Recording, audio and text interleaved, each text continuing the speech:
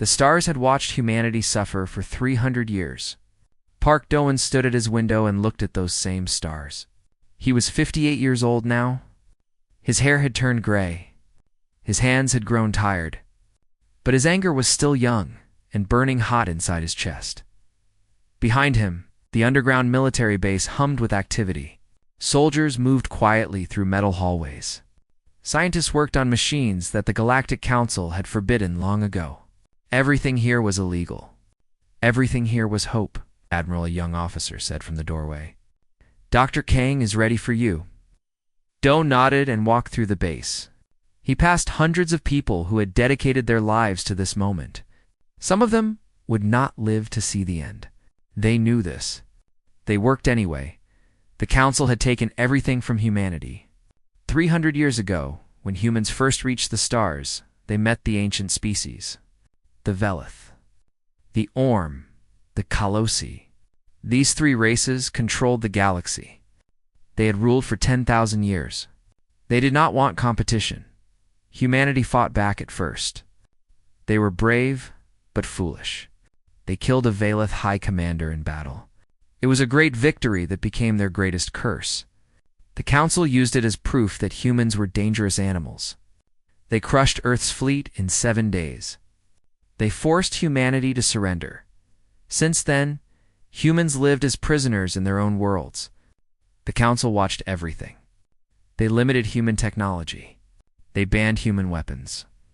They stopped human expansion. 13 worlds were all humanity would ever have. This was the law, but laws could be broken in secret. Doan entered the research chamber and found Dr. Kong Yuna waiting for him. She was 42 years old, with tired eyes and steady hands. Her brother had died 15 years ago when the Council bombed a human research station. They called it an accident. Everyone knew it was murder. Is it ready? Doan asked. Yuna pointed to the massive machine behind her. It filled the entire chamber. Rings of metal surrounded a core of pure energy. The light from it made shadows dance on the walls. The Exodus engine, Yuna said. It works. I tested it last night. We can fold space across 2 million light years. We can reach another galaxy. Doan felt something he had not felt in decades. He felt hope. How many can we take? Everyone, Yuna said. All 13 billion. We have built enough arc ships. We have been building them for 200 years, in places the Council never looked. Doan thought about his grandfather. The old man had started this plan before Doan was born. He died believing he would never see freedom. His father continued the work. He died too. Now Doan would finish what his family started. Project Blackout, he said. Is it ready? Yuna nodded. We can blind them for 72 hours. Every camera, every sensor, every spy satellite. They will see nothing. 72 hours. That was all humanity needed. 72 hours to burn the Council's military power. 72 hours to load every man, woman, and child onto the arc ships. 72 hours to escape forever, far away on the Council's capital world. Ambassador Han Juwu smiled at her enemies. She was 60 years old. She had spent her entire adult life lying to aliens. She was very good at it. The Council believed she was a loyal servant who kept humanity peaceful. They did not know she was the leader of the resistance. The great chamber of the Galactic Assembly was beautiful and terrible. Crystal pillars rose toward a ceiling painted with stars. Representatives from 1,000 species filled the seats. At the center, on thrones of ancient stone, sat the three rulers. Counselor Vex of the Velith looked down at Jiwoo with cold eyes. His species was reptilian. They had scales of deep blue and faces that showed no emotion. They believed they were the chosen rulers of all life. Ambassador Han Dex said, "Your species has requested more breeding permits?" Again, Atku bowed her head. "Our population grows slowly, Counselor. We only wish to— You wish to spread?" Dex interrupted. "Like the disease you are. Humanity's violent nature makes expansion impossible. You killed High Commander Veth 3 centuries ago. We have not forgotten. Juwu kept her face calm. Inside, she was counting days. 3 more days until Project Blackout. 3 more days of smiling at murderers. You're grateful for the Council's guidance, she said. The words tasted like poison. X waved his clawed hand. Your request is denied. Return to your seat. Giwu walked back to her place among the lesser species. A young Orm diplomat named Bale watched her with curious eyes. The Orm were different from the Velith. They were taller, thinner, with skin like gray silk. Some of them felt guilt for what the Council did to humanity. Bale was one of them. I'm sorry, Bale whispered as Jiwoo passed.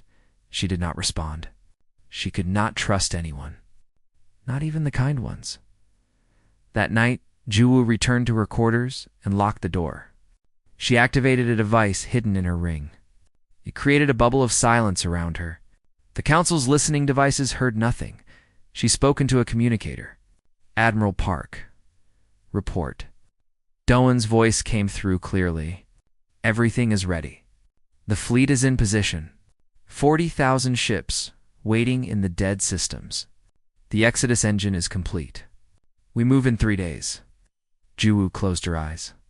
40,000 warships. Built in secret over 2 centuries. Hidden in star systems that the Council thought were empty. Crewed by soldiers who had trained in darkness their whole lives. The Council suspects nothing, she said. They still think we are broken. Good. Let them think it until the fire reaches their doors. Jiwoo thought about her grandmother. The old woman had been a child when the Council conquered Earth. She remembered the ships burning in the sky. She remembered the screaming. She told Jiwoo these stories every night until she died. We remember, Jiwoo whispered. We always remember. She ended the communication and looked out her window at the alien city below. Beautiful towers of crystal and light. Happy aliens living their peaceful lives. They had no idea what was coming. In 3 days, humanity would show them the price of cruelty. In 3 days. The Council would learn that some cages could not hold forever. In 3 days. The galaxy would burn, and when the fire died, humanity would be gone. Free, flying toward a new home in a distant galaxy where no one would ever hurt them again. Gu smiled at the stars. The waiting was almost over. The morning of the attack was quiet and beautiful. Sunlight fell through crystal windows onto the Great Assembly. Hall of Varith Prime. 1,000 species gathered for the annual meeting. They talked about trade and borders and small problems. They did not know their world was about to change forever. Ambassador Han Ji-woo walked through the crowded halls. Her delegation followed behind her. 20 humans in formal clothes. The Council guards checked them carefully. They found nothing dangerous. The guards did not know that the most dangerous weapon humanity carried was information. Giwu took her seat among the lesser species. She folded her hands in her lap and waited. Her heart beat fast, but her face showed nothing. Decades of practice had taught her to hide everything. At exactly noon, she stood up. Counselor Thex, she called out.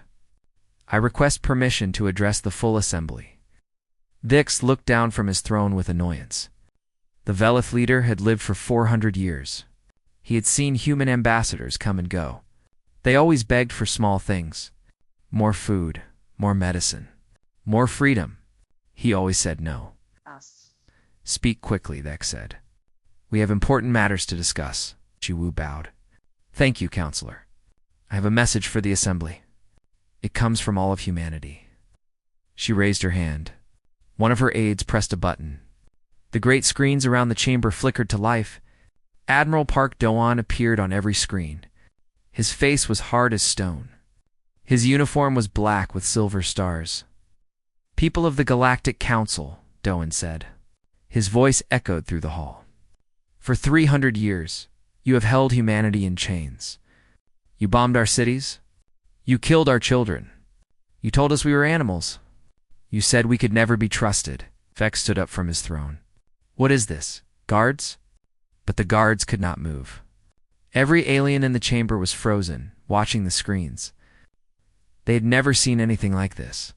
No species had ever dared to speak to the Council this way. Dohan continued. You were right about one thing. We cannot be trusted. We cannot be trusted to forgive. We cannot be trusted to forget. And we cannot be trusted to stay in your cage forever. The screen showed images now. Shipyards hidden in asteroid fields. Factories buried under dead moons. Soldiers training in underground bases. Weapons being built. Engines being tested. 300 years of secret preparation. 40,000 warships, Doan said. 12 million soldiers.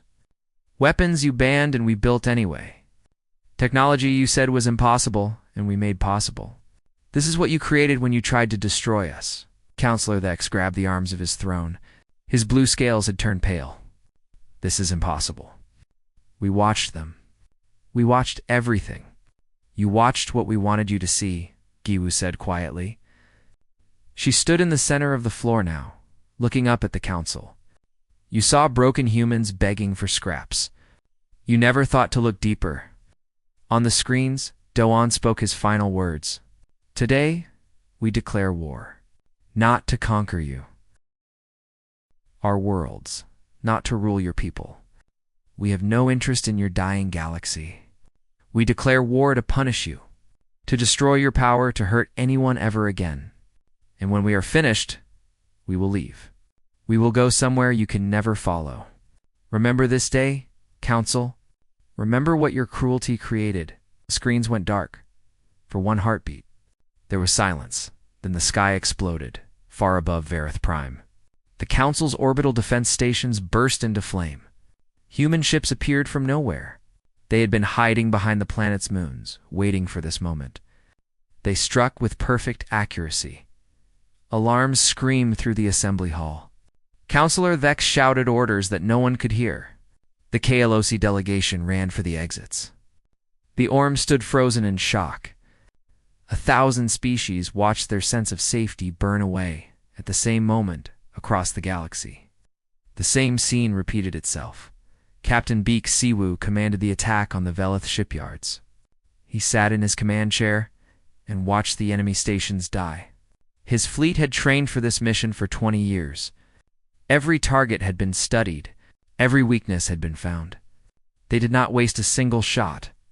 Primary shipyard destroyed, his tactical officer reported. Secondary shipyard at 40%. Enemy response is scattered. Siwu nodded. Continue the attack. Leave nothing standing. His communications officer, Lieutenant Choi Nari, worked at her station nearby. She was sending humanity's declaration to every corner of the galaxy. Every species would hear it. Every world would know, Sir Nari said. Enemy fleet approaching from the inner system? 200 ships. Siwu smiled grimly. They're too late. By the time they arrive, there will be nothing left to save. He was right. Human ships moved through the Velith shipyards like fire through dry grass. Stations exploded. Construction platforms crumbled. Ships that were still being built died before they could ever fly. In the assembly hall on Varith Prime, Juo walked toward the exit. Chaos surrounded her. Alien diplomats screamed and ran. Security forces tried to restore order and failed. Crystal pillars cracked from the vibrations of explosions above. The Orm diplomat, Bale, caught her arm. Why? He asked. His gray face was full of confusion and fear. We could have changed things. We could have no, Jiwoo said gently. You couldn't. You knew what the council did to us. You felt bad about it, but you never stopped it. Guilt is not the same as action. She pulled her arm free and kept walking. At the door, she stopped and looked back one last time. Counselor Vex stood on his throne platform screaming orders at soldiers who could not help him. The great crystal ceiling cracked above his head. Fires burned in the distance. Jiwoo removed her diplomatic sash. The green fabric had marked her as a servant of the council for 30 years. She dropped it on the floor and stepped over it. Goodbye, Counselor, she said softly. May you live long enough to understand what you lost today. She walked out into a world on fire. Above her, human ships danced through the sky. They moved with speed and grace that the council had never imagined. They struck their targets and vanished before the enemy could respond. 72 hours. That was all the time they had. 72 hours before the Council's systems came back online. 72 hours to destroy 3 centuries of military power. 72 hours to prepare 13 billion people for the greatest escape in history. Jiwoo reached her shuttle and climbed inside. The pilot was already warming the engines. "Get us to the Ark ship," she said. "Our work here is done." As the shuttle rose into the burning sky, Giwoo allowed herself one moment of pure joy. They had done it. They had surprised the masters of the galaxy. They had struck the first blow. Now came the hard part. Now came the war. The war lasted 72 hours. In that time, humanity burned the galaxy's military power to ashes. Commander Yoon Tae-ho watched the Velith homeworld from his ship's bridge. The planet below was beautiful. Blue oceans, green continents, cities that sparkled like jewels.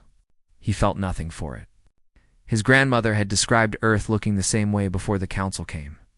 Before they burned her city and killed her family, "Commander," his tactical officer said, "orbital defenses are down. The planet is open." Tae-ho shook his head. "We don't attack the planet. That's not why we're here." His crew looked confused. They had waited their whole lives for revenge. Now their commander was showing mercy. "The shipyards," Tae-ho explained. "The weapon factories. The military stations, those are our targets. We destroy their ability to make war. We don't murder civilians. That's what they did to us. We are not them." Fleet moved past the planet and struck the orbital facilities. Massive construction stations exploded one by one. Ships that were half-built tumbled into the void. Decades of work disappeared in hours. Across the galaxy, the same scene repeated at every major military target. Humanity had spent 300 years making a list. Every shipyard, every weapons factory, every research station, every training base. They knew where everything was. They had spies everywhere on a distant moon. Engineer Kim Yoon-ji prepared the silence bombs. These weapons were humanity's secret masterpiece. They did not kill. They did not destroy. They simply turned off all technology that was not human. Every ship, every station, every computer, everything went dark and cold and silent. Yoon-ji was 35 years old. She had invented the silence bomb when she was 22. The Council would have executed her for it. Instead, humanity had hidden her and let her work. "Ready for deployment?" she reported through her communicator. Admiral Park's voice came back. "Deploy at will. Target the Council's core systems." Yoon-ji pressed the button. In Council space, 1,000 ships suddenly lost power. Their engines died. Their weapons went cold. Their life support flickered and failed. Millions of aliens drifted helplessly in the dark, screaming for help that could not come. Humanity's ships moved through the silent fields of the enemy fleet. They did not fire. There was no need. The Council's ships were dead already, on a troop transport heading toward the Kalosi research stations. Private Moon Hagen sat with his rifle across his knees. He was 19 years old. This was his first real battle. He had trained for 10 years, but training was not the same as war. The soldier beside him was an older woman named Sergeant Bach. She had gray in her hair and scars on her hands. "First time?" she asked. Hagen nodded. "I thought I would feel ready." "I don't." Bach smiled sadly. "Nobody does. The secret is to keep moving anyway." Their transport landed on a Kalosi station. The enemy soldiers were already surrendering. The silence bomb had killed their weapons and their communications. They had no way to fight back. Hagen walked through hallways filled with frightened aliens. They looked at him with terror in their eyes. He was the monster from their children's stories, the violent human, the dangerous animal. He did not hurt them. He did not even speak to them. He simply walked past and planted explosives on the research equipment. "What were they building here?" he asked Sergeant Bach. She checked her datapad. "Bioweapons. Designed to target human DNA. They were planning to kill every human in the galaxy." Hajan stared at the research terminals. Somewhere in these computers were plans to murder his entire species, his mother, his sisters, everyone he had ever loved. The Council had been planning genocide while humanity planned escape. "Set the charges," he said quietly. "Destroy everything," and the station exploded behind them. But Jean did not look back. In the command center of the human fleet, Admiral Park watched the battle unfold. Reports came in from every front. Victory after victory. The Council's military was crumbling faster than anyone had hoped. But there was a cost. "We lost the destroyer Bright Morning," an officer reported. 300 crew. Park closed his eyes for a moment. 300 names. 300 families who would never see their loved ones again. He had known this would happen. He had planned for it. It did not make the pain less. "Continue the operation," he said.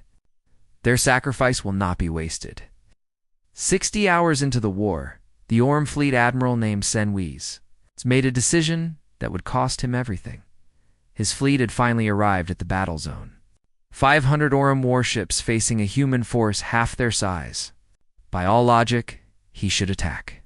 The Council had ordered him to destroy the human fleet, but Sin had watched the war unfold. He had seen humanity spare civilian targets. He had seen them accept surrendering soldiers. He had seen them fight with honor, even against enemies who had shown them none. "Admiral," his tactical officer said, "human fleet is retreating. Should we pursue?" Sen looked at the fleeing human ships. They had already done what they came to do. The shipyards were gone. The weapons stations were destroyed. They were not running from fear. They were leaving because their work was finished. "No," Sen said. "Let them go." His bridge crew stared at him in shock. "Sir, the Council spent 300 years creating this moment," Sen said. "They tortured humanity until humanity became something terrifying. I will not add more death to their mistakes." 2 hours later, Counselor Thex ordered Sen's execution. The old Orm admiral died without regret.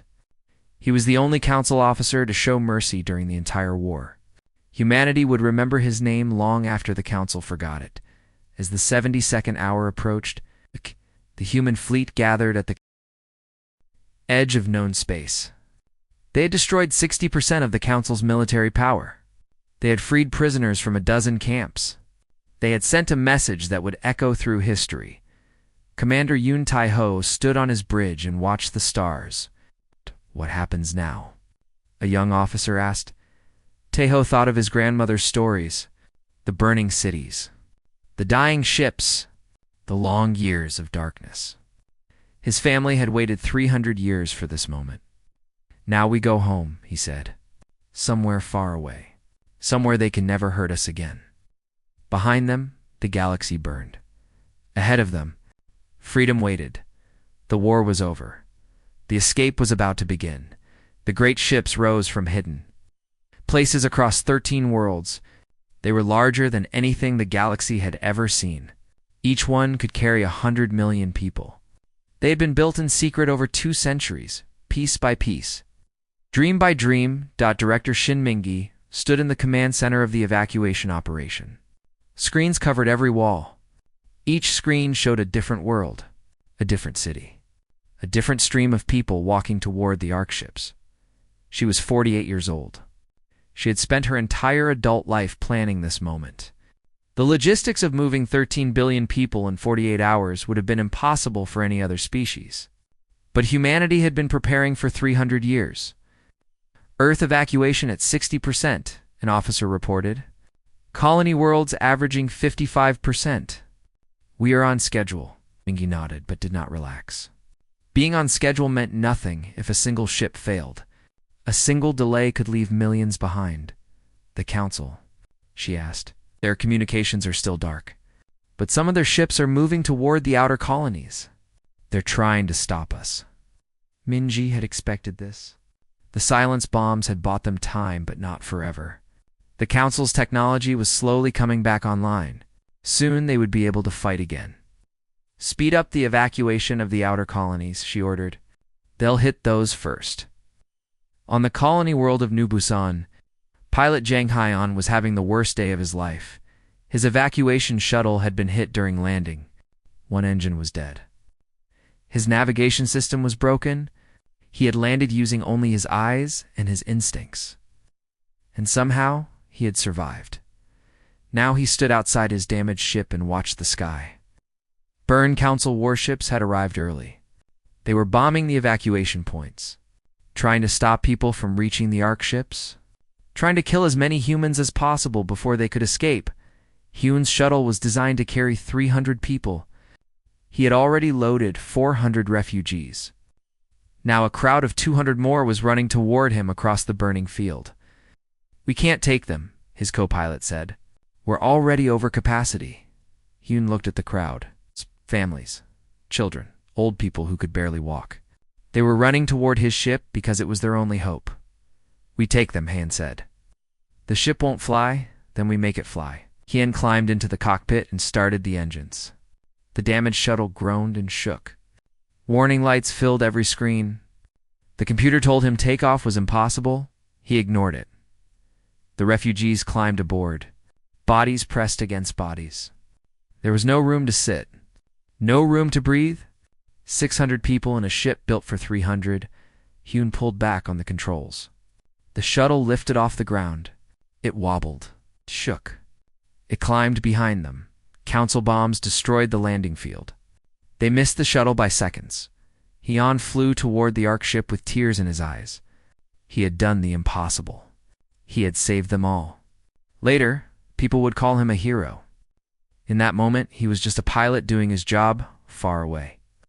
On the Ark ship called the Long Tomorrow, Dr. Kong Yuna watched the Exodus engine power up. The machine was beautiful. Rings of pure energy spinning around a core of light. It hummed with power that could fold space across millions of light years. It was humanity's greatest invention. Their ticket to freedom. "All Ark ships are reporting ready," her assistant said. "Evacuation is at 90%. 90%. That meant more than 1 billion people were still on the surface of 13 worlds. Still running toward ships. Still hoping to escape. "We wait," Yuna said. "We wait until the last possible moment." In the cargo bay of one of the smaller transport ships, an old woman named Oh Somi sat surrounded by boxes. She was 102 years old. She had been a child when the Council first conquered Earth. She remembered the old world. The free world. Her grandson found her sitting among the boxes with a small bag in her lap. "Grandmother, we need to move to the passenger section." Somi shook her head. "I'm waiting for my seeds." "Your seeds?" Her grandson looked confused. Somi opened her bag. Inside were hundreds of small packets. Seeds from her garden. Tomatoes, peppers, flowers, trees, plants that had grown on Earth for thousands of years. "I have kept these seeds for 80 years, she said. "When we reach our new home, I will plant them. Our children will eat food that grew on Earth. Our grandchildren will sit under trees that remember our old world." Her grandson knelt beside her. "The transport crews said they loaded your garden boxes." "All of them." Somi smiled. Her old face wrinkled with joy. "Then, we are ready. We can go now." She walked toward the passenger section with her seeds in her arms. Behind her, boxes filled with Earth soil waited to see a new sun in the void above the colony worlds. Velith Commander Reth arrived with his fleet. He had traveled at maximum speed for 36 hours. His ships had pushed their engines past the breaking point. He was determined to stop the human escape. He was determined to punish them for their rebellion. But when he reached the human worlds, he found nothing. The cities were empty. The streets were silent. The houses stood with doors open and lights on. 13 billion people had simply vanished. Reth landed on the human homeworld. He walked through empty streets and looked at abandoned buildings. Toys in yards. Food on tables. Lives interrupted and left behind. In the central square of the largest city, he found a message beacon. Admiral Park Doan appeared on the screen. His face was calm. His voice was steady. "Commander Reth, if you're watching this, you arrived too late. Humanity is gone." We have traveled beyond your reach, beyond your understanding, beyond your ability to hurt us ever again. You spent 300 years trying to break us. Instead, you made us strong enough to leave. Congratulations, you have lost the most remarkable species your galaxy will ever produce. Remember us. Remember what your cruelty created, and know that somewhere, in a galaxy far away, we are finally free. The message ended. Reth stood alone in the empty city. Wind blew through silent streets. Dust gathered on forgotten doorsteps. He had traveled across the stars to stop and escape. He had arrived to find only ghosts at the edge of known space. The Exodus Gate activated. It was a massive ring structure, 500 kilometers across. It had taken 200 years to build. It existed for only one purpose. One by one, the Ark ships flew through the gate. Each ship carried millions of people. Each passage brought humanity closer to freedom. Dr. Kong Yuna was the last to step through. She stood at the edge of the gate and looked back at the stars of the Milky Way, the galaxy that had been humanity's prison for 300 years. Us, if you can, she whispered. She stepped through the gate. Behind her, the great ring exploded. Pieces of metal scattered across space. The path to humanity's new home was gone forever. The council would search for centuries. They would never find them. 1,000 years passed. The galaxy changed, but it never forgot. Historian Vel sat in the great library of the Kalosi homeworld and studied ancient records. She was young for her species, only 80 years old. She had dedicated her life to understanding one question: what happened to humanity? The records told a story of failure. After the humans escaped, the council tried to rebuild. They failed. The Velith, once the most powerful species in the galaxy, declined into irrelevance. The Kalosi fragmented into a dozen warring factions. The Orm withdrew from galactic affairs entirely, ashamed of what they had been part of. The council still existed, but it was weak. It was divided. It was haunted by the memory of the species it tried to destroy and lost instead. Vel turned the pages of an ancient human book. It had been found in an abandoned city on Earth. The words were strange and beautiful. Poetry about love and loss and hope. She did not understand all of it, but she felt something when she read it. "You're studying them again?" a voice said behind her. She turned to find Orm philosopher Tain standing in the doorway. He was ancient, over 400 years old. His gray skin had faded to almost white. His eyes held centuries of regret. "Trying to understand," Vel said. "How did we lose them? How did we make such a terrible mistake?" Tain sat down across from her. The old philosopher moved slowly, his joints aching with age. He had spent his entire life thinking about humanity. He had written books about them. He had become famous for arguing that their departure was the galaxy's greatest tragedy. "Fear," Tain said simply. "The council feared them. That's all it was." Vel looked at the records on her desk. Population projections from 1,000 years ago. Mathematical models that predicted humanity would surpass all other species within 500 years. They would become smarter, more creative, more powerful.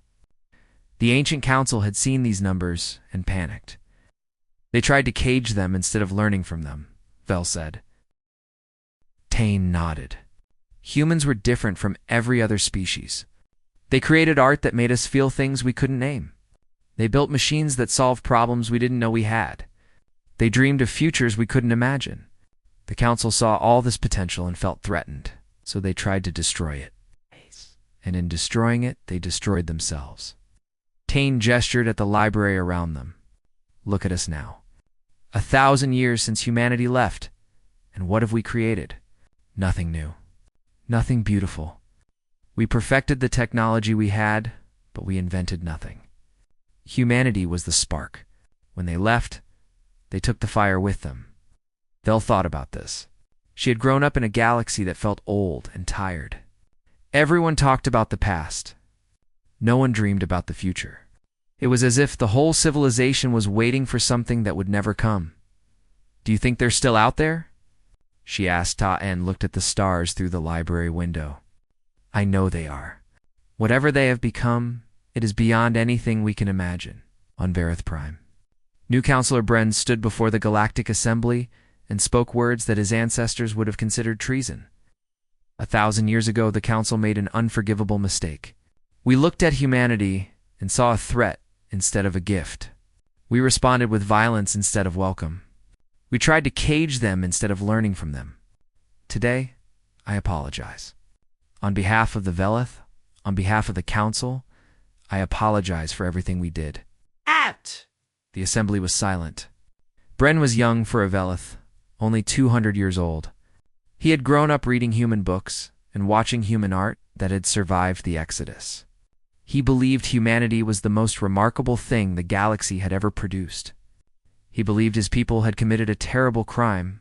Our apology changes nothing, he continued. They are gone. They will never hear these words. But we can remember. We can teach our children what we did wrong. We can make sure it never happens again. The assembly applauded politely. It was a nice speech. It made everyone feel better about the past. But Vel, watching from the observer gallery, knew the truth. Apologies were just words. Humanity was still gone. The galaxy was still broken after the assembly ended. She returned to her research ship and flew toward the edge of known space. For the past year, she had been investigating reports of something strange. A signal coming from beyond the galaxy's rim. She found it 3 days later. A single beacon floated in the void between galaxies. It was small, no bigger than a transport shuttle. It was broadcasting on frequencies that had not been used for 1,000 years. Human frequencies. Vel's hands trembled as she brought her ship closer. Her sensors scanned the beacon. It was definitely human technology. It had been floating here for centuries, waiting to be found. She activated the communication system. A message played. A human voice speaking words that made her heart stop. To whoever finds this beacon, we send greetings from the new human commonwealth. 1,000 years ago, our ancestors escaped your galaxy and found a new home. We have built a new civilization. We have grown beyond anything we were before. We have explored wonders you cannot imagine and created beauty you will never see.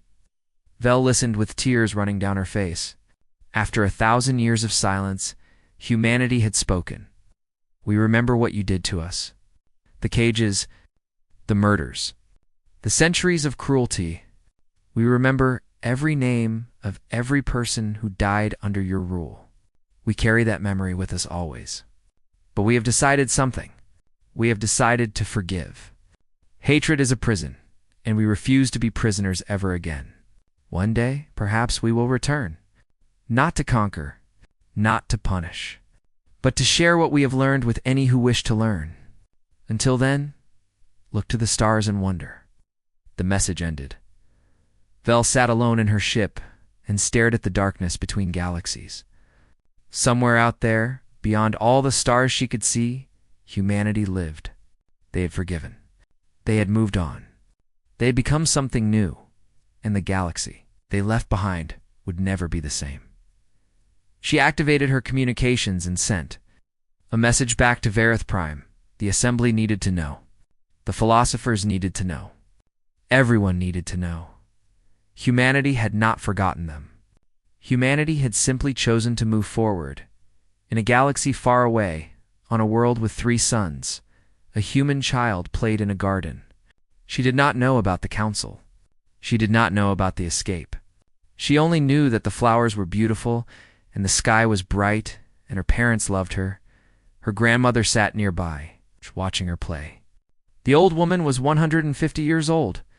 Her great-great-grandmother had been born on Earth. The memories of the old world lived in stories now, passed from generation to generation. Tell me about the old home, the child said. The grandmother smiled. Once we lived in a different galaxy. The people there were not kind to us. So we left. We traveled very far and found this place. Now this is our home. Will we ever go back? The grandmother looked at the sky. 3 suns setting in colors that Earth had never known. Maybe someday, she said, when they are ready for us. When they have learned to be kind The child nodded and went back to playing. Above them, stars beyond counting filled the endless sky, and humanity, free at last, dreamed of futures without end.